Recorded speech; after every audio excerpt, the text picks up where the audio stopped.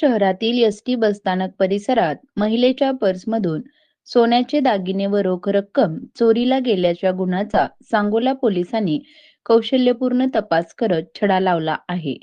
या कारवाईत 2 महिलांना ताब्यात घेऊन चोरीस गेलेला सुमारे 1,34,000 रुपयांचा मुद्देमाल हस्तगत करण्यात आला आहे.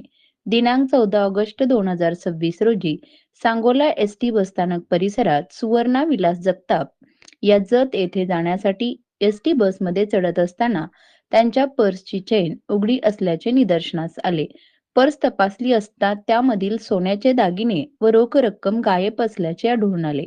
या प्रकरणी सांगोला पोलीस ठाण्यात गुन्हा रजिस्टर क्रमांक 732/2026 BNS कलम 303(2) अन्वये गुन्हा दाखल करण्यात आला.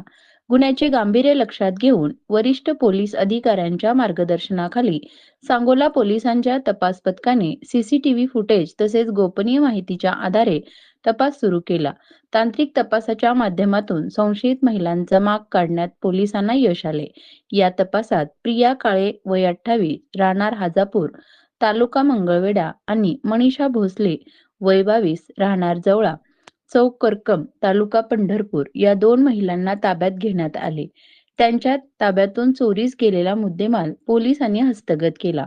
हस्तगत केलेल्या मुद्देमालामध्ये सुमारे 33 ग्रॅम वजनाचे सोन्याचे गंठण, 4 ग्रॅम वजनाचे पेंडल असलेले मंगळसूत्र, 7 ग्रॅम वजनाच्या 3 अंगठ्या व 1 बदाम तसेच रोख रक्कम असा एकूण सुमारे 1,34,000 रुपयांचा मुद्देमाल असल्याचे पोलिसांनी सांगितले.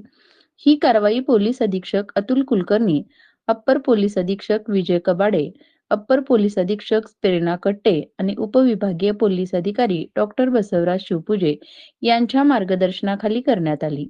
सांगोला पोलीस ठाण्याच्या तपास पथकाने या गुन्ह्याचा तपास करून चोरीचा मुद्देमाल परत मिळवला.